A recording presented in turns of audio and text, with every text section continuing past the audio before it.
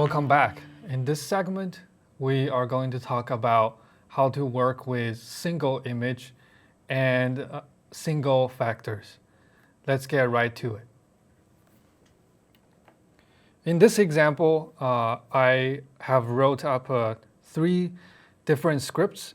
In these scripts shows you examples of how to work with first image that I will show you right now. The image and vector display is the first section of this script, as you see there. And from line 1 to 32 is this first section that I will talk about, which is what I'm highlighting right now.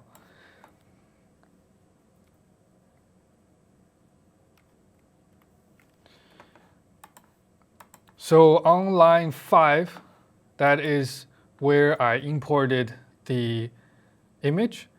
And I have chosen the image ID for you, so you don't need to look for it in this example. On line 8 is where I define the location of the image and where the map will be centered at, so we don't need to pan around the map and look for that image. On line 10 is where I actually display that image from the Landsat archive. And this is a satellite image taken from space. On line 14 is where I display the image through the different bands. And before I talk about that, I just want to quickly mention there are different ways you can display satellite images.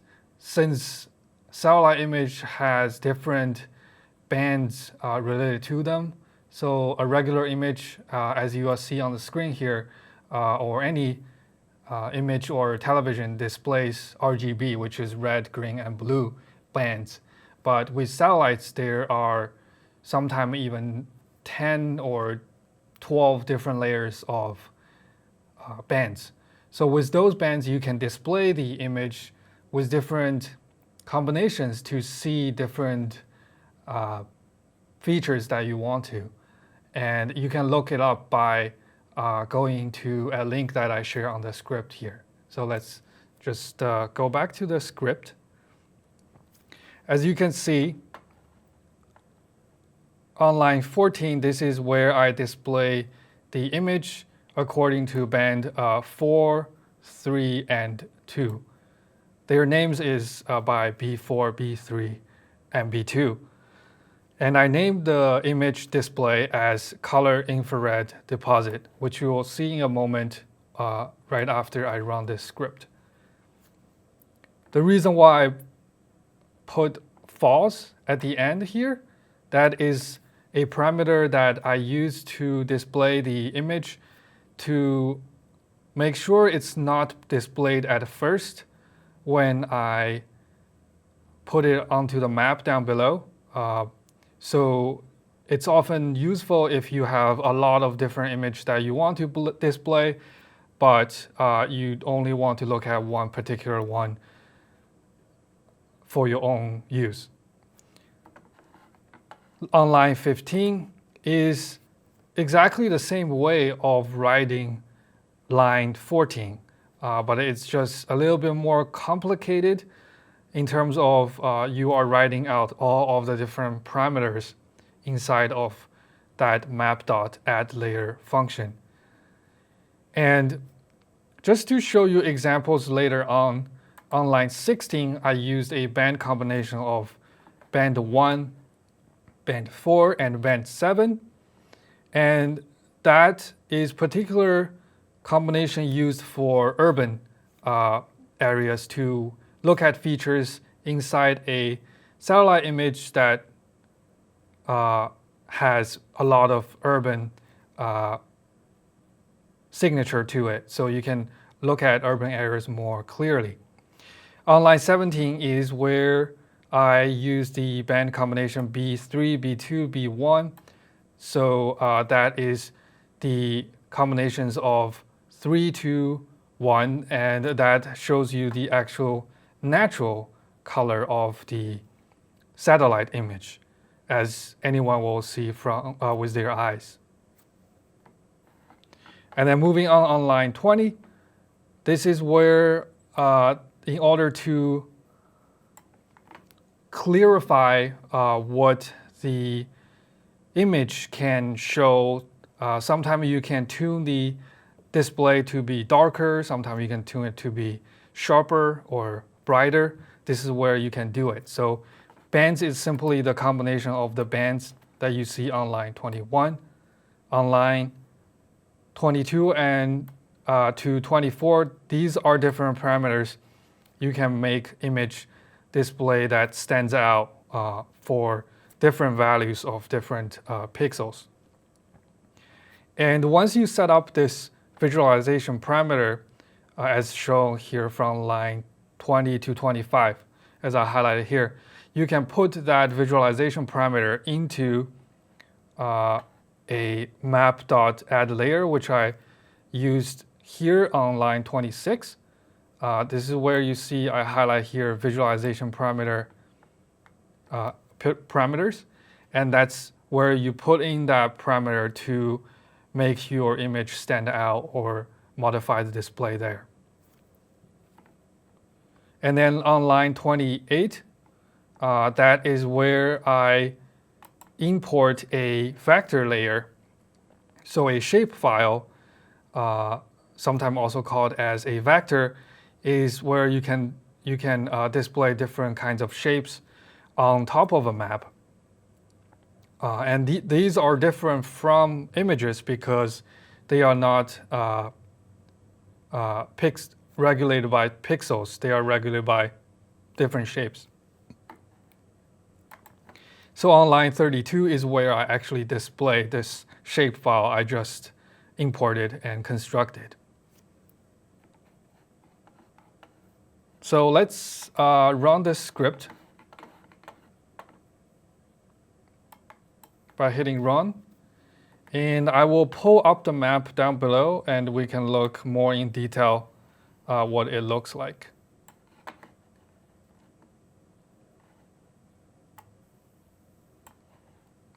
So first you'll see this really dark, eerie image that you're looking at. And this is the actual Landsat satellite image that is just using the band combination of the different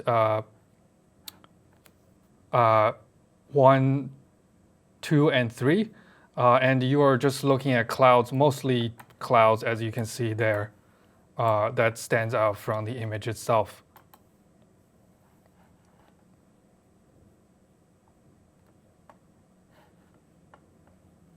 And there are different bands that I'm going to show you the combination-wise. So on line 14, that is where I changed the combination of the image. So now it's not just displaying this eerie image of the clouds. Now you're looking at different band combination, and this changes the image to something like this, where you can see the Landsat image is displayed by band 4, 3, and 2. This is a color infrared composite, as we call it in remote sensing. You're basically switching infrared band with the red band. And a lot of the vegetation, if I zoom in onto here, you'll see the vegetation stands out as bright red color there. And then the non-vegetation, the impervious areas shown as dark black color.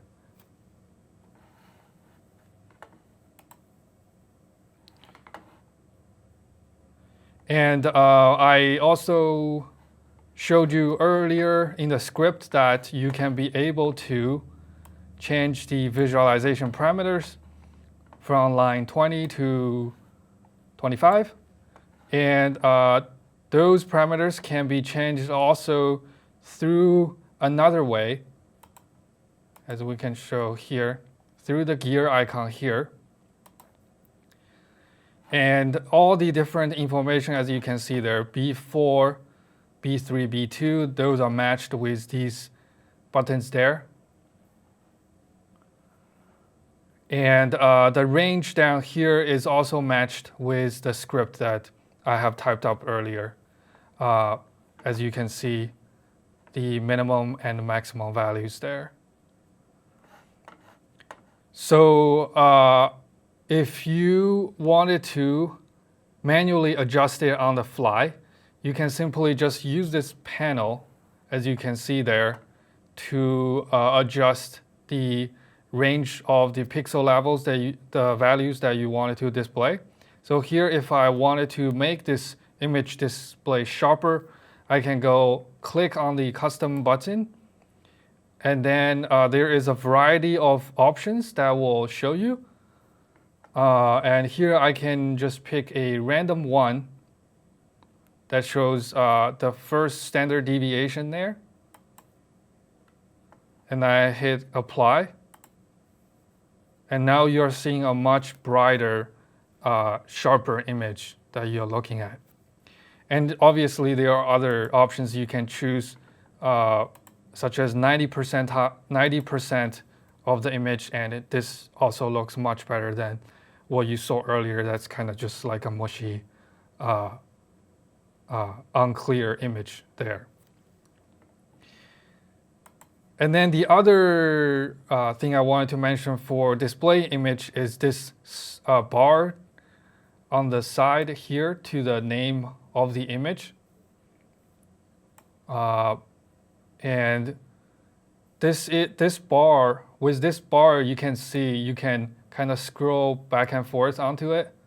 And as you scroll, the image will go disappear, or from disappearing to showing completely.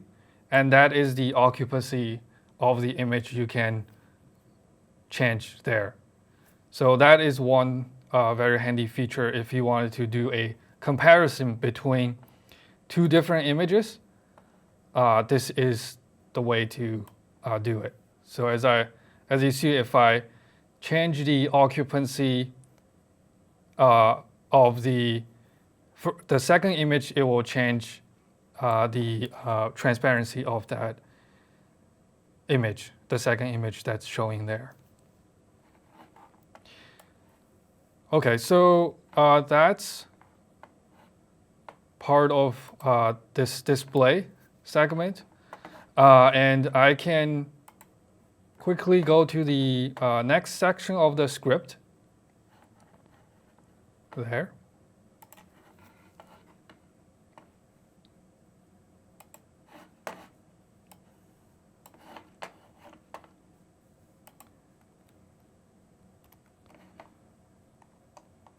And the next segment of the script is what I will talk about: image band calculations. With image band calculation, there are different bands of indices that you can use. And these are indices that, similar to band combinations, you can extract different features from the image itself. So if I just uncomment this section here real quick.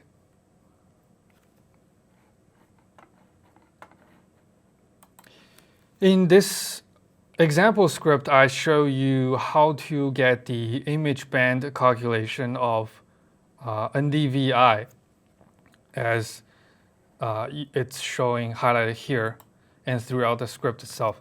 The Ndvi is a band calculation that oftentimes we use to extract vegetations from the image and look at the condition of the vegetation themselves. So here we use a function that I mentioned from a previous video, how to develop functions there. And the image is processed through this function called normalized difference. And that is what the function you're going to use to generate this Ndvi value. And then just going forward to line 44, this is the first image that I imported for you. to use to generate the Ndvi value. And then the second image I use is on line 45. And those images are from different time, but taken at the same place near the city of Syracuse in this example. On line 48 and 49 is where I display these original image and using their natural color combinations. So I mentioned before band 3, band 2, and band 1 there. And I label these images as first image and second image. So on line 52 and 53, we are actually applying the function that we constructed earlier from earlier to compute the Ndvi value for these two different satellite images. As you can see, it's very simple as much as using these functions there. And then the image is displayed as the Ndvi images functions there. And on line 56 and 57 is where I actually display these Ndvi functions to give you a sense of what they look like. Then additionally, on line 60 is where I computed the difference of those Ndvi images from the two source image to give us a sense of how different the Ndvi values looks like. And why don't we just run this part and we will look at it in the map down below.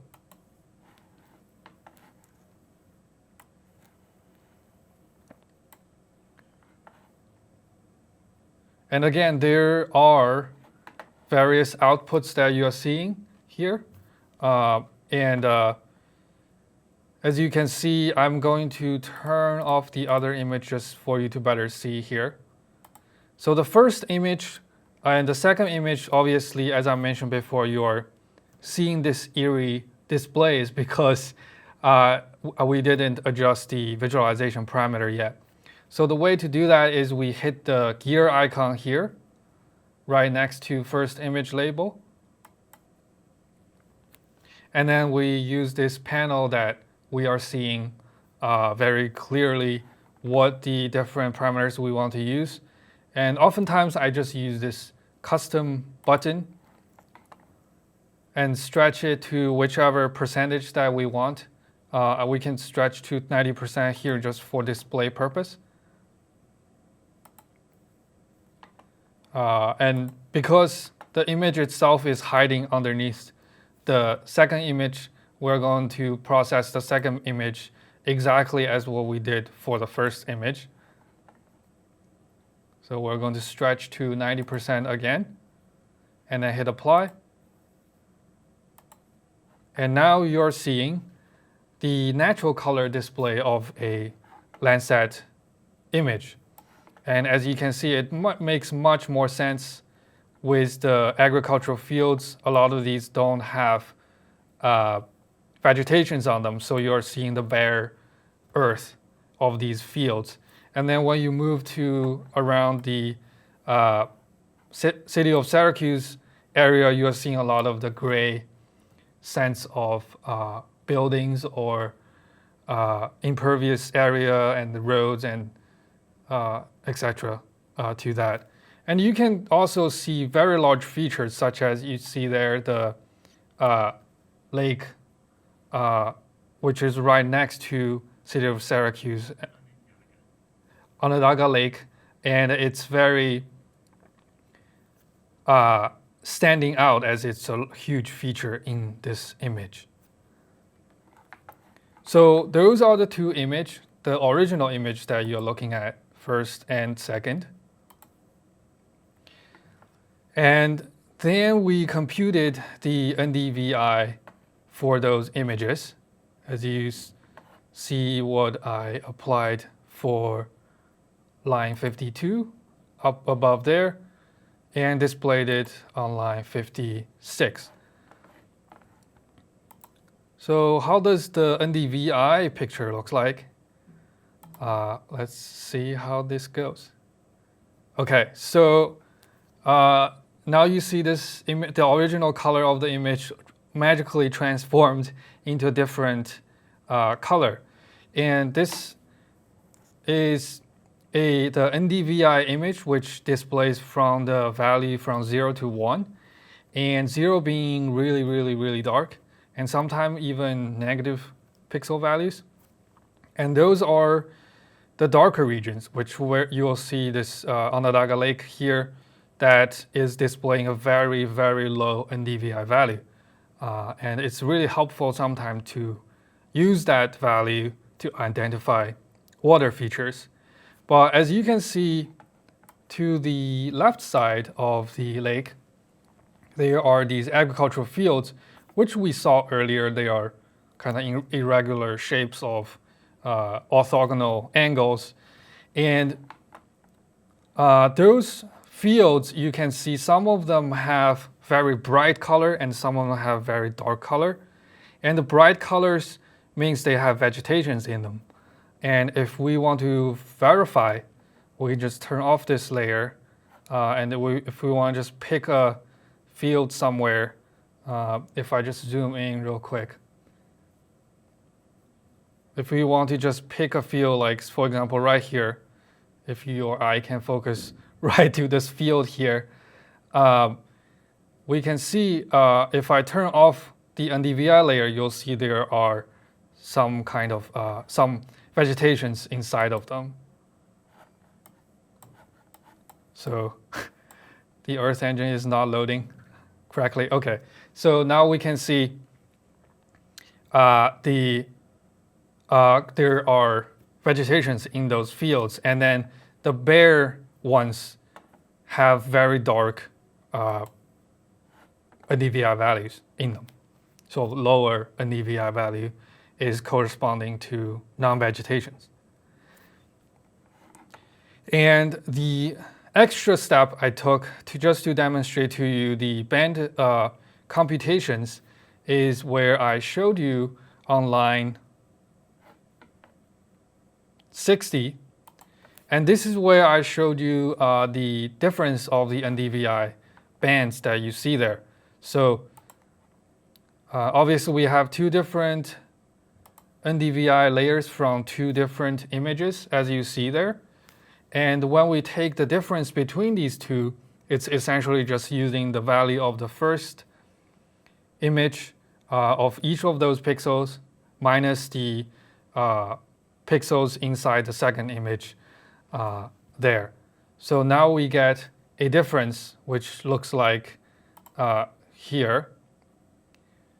So now this image is simply just showing the difference of the Ndvi between those two images. This is very useful sometimes to look at time changes of images, and especially those features that stands out. Sometimes you'll see different pixels that show different colors, and those can help you to display the various features you would want to look at. And lastly, I wanted to cover very briefly is the image metadata. So if we look at the script here, it's very simple in Google Earth Engine. This is where you can look at the image metadata. So on line 70, this is simply where you can print the image metadata inside your console.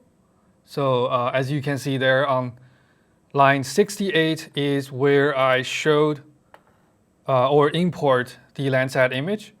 And then on line 70 is where the image metadata is being displayed in the console.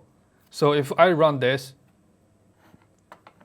And then we'll look at the console real quick. So now I run it. And then if I drag out the console, if you could just focus on the console here to look at it. And you'll see very clearly what are the different types of data associated with this image. There are the types, the ID, different bands, as I mentioned before. So here Landsat 5 has 7 different bands, as you see there. And these are associated with different names. And also the properties that I'll just click and it will expand out there. And obviously I will not go through every single one of them since there's like a gazillion of them here.